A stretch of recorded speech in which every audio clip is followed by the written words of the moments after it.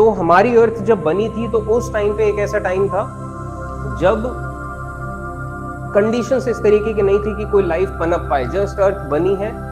और जो पहले लाइफ फॉर्म्स या पहले जो बायोमोलिक्यूल्स हमारे अर्थ में बने थे, ये बने थे नेचुरल गाइजर्स में। तो नेचुरल गाइजर्स में इस तरीके से यूरेनियम ओर्स है, रेडियो एक्टिविटी का बहुत ज्यादा एक रोल है कि केमिकल्स में चेंज हो पाए। तो यहाँ पे रेडियो एक्टिविटी के चलते हाइड्रोजन, अमोनिया, मीथेन ऐसे मॉलिक्यूल्स मिलते हैं और बनते हैं एमिनो एसिड्स।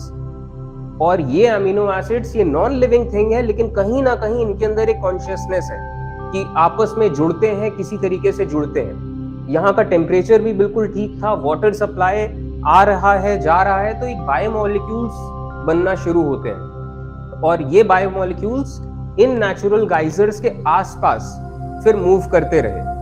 और फिर इसके बाद जैसे हम वक्त में आगे बढ़ते हैं तो यही सारे बायोमोलिक्यूल्स बनते रहे और खत्म होते रहे। और ये जो ओशंस में लाइफ शुरू हुई, तो ओशंस में जब ऐसे ड्राई एंड वेट साइकिल्स थे तो ऐसे बायोमोलिक्यूल्स खत्म होते रहे, कुछ नए बायोमोलिक्यूल्स बनते थे। तो यहाँ पे एक चेंज आता है, इनमें एक इवोल्यूशन आता है। ये इवोल्यूशन कुछ इस तरीके का था कि ऐसे फैटी एसिड्स, ऐसे सब एमिनो एसिड्स मिलके बनाते हैं फैटी एसिड्स। और इस तरीके से शुरुआत होती है अर्लीस्ट जो प्रोटोलाइफ मॉलिक्यूल्स की। सबसे शुरुआती बस एक कुछ है एक ऐसा सेल के जैसा कि कुछ वो कॉन्शियस है किसी चीज के बारे में, प्रोटोलाइफ। और इसमें कोई आप देखेंगे कि कोई ऑर्गेनल्स और कुछ ऐसा कुछ नहीं, जस्ट प्रोटोलाइफ शुरू हुई है। यहाँ पे पॉलीमराइजेशन रिएक्शन चलता रहता है, जिसके चलते ऐसे एमिनो एसिड्स मिल के बनाते हैं प्रोटीन्स। और इस तरीके की चेन्स बनते चली जाती हैं और फिर आगे चल के यही चीजें मिल के बनाती हैं आरएनए। और ऐसे बायोमोलिक्यूल सर्कुलेट होते रहे आसपास के पूरे जो एरियाज में। इनमें केमिकल रिएक्शंस, आरएनए जैसी एक चीज बनती है जो कि खुद को कॉपी कर सकती है। तो यानी कि ये लाइफ, जो प्रोटो लाइफ सेल्स हैं, ये खुद को कॉपी करने लगे या रेप्लिकेट करने लगे, या आप कह लीजिए कि रिप्रोड्यूस करने लगे। यहाँ से लाइफ ने एक ग्राउंड वर्क बना। ऐसे जो बायोमोलिक्यूल्स हैं मिलते रहे, ऐसे प्रोटो लाइफ जो सेल्स थे इनके अंदर एनकेस होते रहे। और इस तरीके से ये पहले प्रोटो लाइफ शुरुआत होती है। और ये जो प्रोटोलाइफ सेल्स की जो शुरुआत हुई, ऐसा भी नहीं था कि ये हमेशा यूं ही रहे, बहुत धीमे धीमे चेंज होता है। अब ये तो यूनिसेल्युलर लाइफ कई करोड़ों साल बाद की अब हम बात बता रहे हैं, start of multi cellular life. ठीक है, तो मास एक्सटिंक्शंस एक बहुत बड़ा रोल प्ले करते हैं जब भी कुछ इवोल्यूशन होना होता है। तो यहाँ पे मिल्की वे गैलेक्सी हमारी एक पास की एक ड्वार्फ गैलेक्सी से टकराती है, जिसकी वजह से रेडिएशन फैलता है। और रेडिएशन जब ये फैलता है, कॉस्मिक रेज, तो इसकी वजह से जो अर्थ का जो मैग्नेटिक स्फीयर है वो बहुत डिम हो जाता है। और कॉस्मिक रेज के चलते अर्थ में कह लीजिए एक स्नोबॉल इफेक्ट होता है। और स्नोबॉल इफेक्ट की मतलब पूरा ये आयंस इतना ज्यादा अर्थ में आ रहे हैं और इसकी वजह से ठंडक इतना ज्यादा हो गई कि पूरे अर्थ में एक तरीके से कह लीजिए आइस एज आ गई। आइस एजेस भी ध्यान रखिए, ये भी अर्थ में टाइम टाइम पे आते रहे हैं। यहाँ पे ऑलमोस्ट जितने भी लाइफ, जितनी थोड़ी बहुत इधर उधर जो शुरू हुई थी वो खत्म होते रही, लेकिन कुछ लाइफ बच गई क्योंकि आइस शीट्स के नीचे, क्योंकि आइस जो है वो हल्की है, वो ऊपर तैरती है, तो जो नीचे का पानी है यहाँ पे लाइफ बची रह जाती है। और यहाँ पे फिर ये जो प्रोटो लाइफ सेल्स थे, यहाँ पे एक नया इवोल्यूशन एक आता है। ये प्रोटो लाइफ सेल्स किस तरीके से, जो जिसको प्रोटो लाइफ कह रहे हैं या प्रोकैरियोट जिसको हम कह रहे हैं, ये कैसे चेंज होते हैं यूकैरियोट्स में। तो यूकैरियोट्स में ये स्नोबॉल अर्थ के चलते सारे प्रोकैरियोटिक जितने भी ऑर्गेनिजम्स हैं सब मिलते हैं, कंबाइन होते हैं, एक यूनियन होता है। और ये जो चीजें हमें दिखाई दे रही है, माइटोकॉन्ड्रिया और क्लोरोप्लास्ट, ऐसे प्रोटोलाइफ सेल्स बने, बीच की कहानी हमने सब उड़ा दी है। बीच की कहानी में ये था कि सनलाइट का यूज करके और ऑक्सीजन का यूज करके खुद एनर्जी बना रहे हैं। तो ये सब अब खत्म होते जा रहे हैं। उस टाइम पे खुद को बचाने के लिए सब एक साथ आ जाते हैं और ये एक सेल बनता है, जो एक सेल मिलियन टाइम्स बड़ा है उन प्रोकैरियोट से, और एक एक सेल में हजारों हजारों माइटोकॉन्ड्रिया हैं जो कि उसको पावर करते हैं। और मेम्ब्रेन बाउंड ऑर्गेनल्स, जो हम कहते हैं ना कि सेल्स के अंदर मेम्ब्रेन बाउंड ऑर्गेनल्स हैं, तो ये मेम्ब्रेन बाउंड ऑर्गेनल्स ये ऐसे अलग अलग टाइप के प्रोटोलाइफ सेल्स ही थे।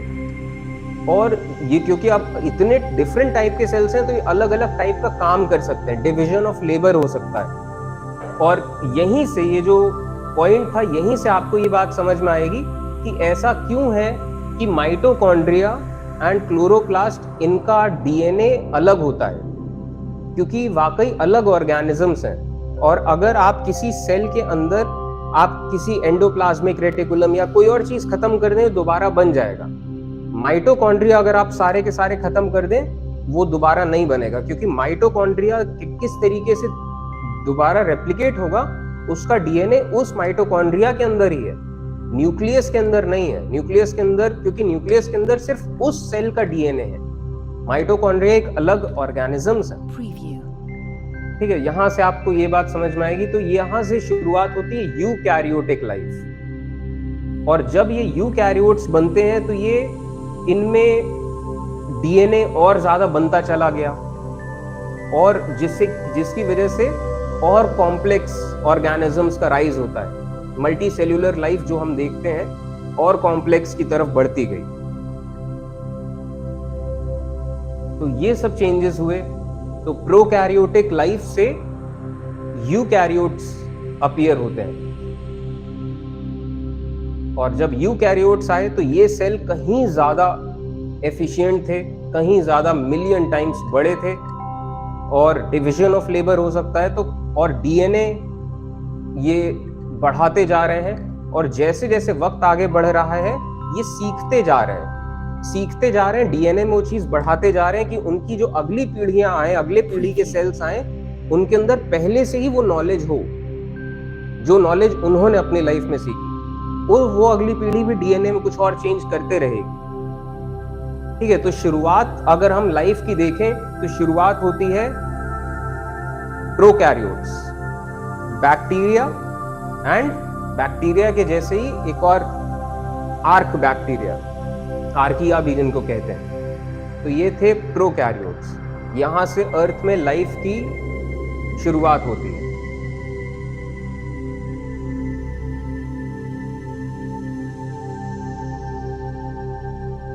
ठीक है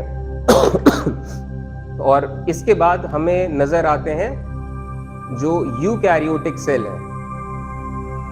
ये एक सेल है जिसके अंदर एल्गी है। ये सेल एल्गी को प्रोटेक्शन दे रहा है, और एल्गी क्योंकि सनलाइट से एनर्जी बना सकती है तो ये एल्गी इसको एनर्जी दे रही है। तो हम ये जो चीज देखते हैं कि एक सेल है, जिस एक सेल के अंदर हजारों सेल्स हैं, ये यूकैरियोटिक लाइफ है। ये एक सेल है जिसके अंदर हजारों सेल, और इस वजह से ये एक सेल कहीं ज्यादा एफिशिएंट है, और यहीं से लाइफ को एक स्पेस मिलता है इवॉल्व होने का, डाइवर्सिफाई होने का।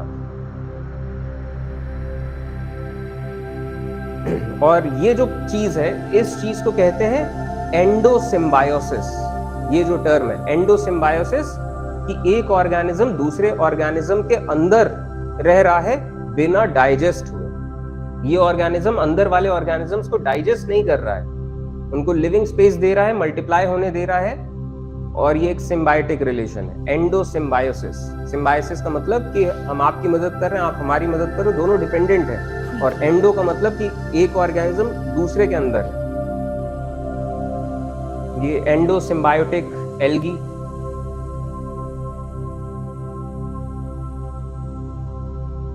ठीक है, तो ये सब एंडोसिम्बायोटिक थ्योरी है।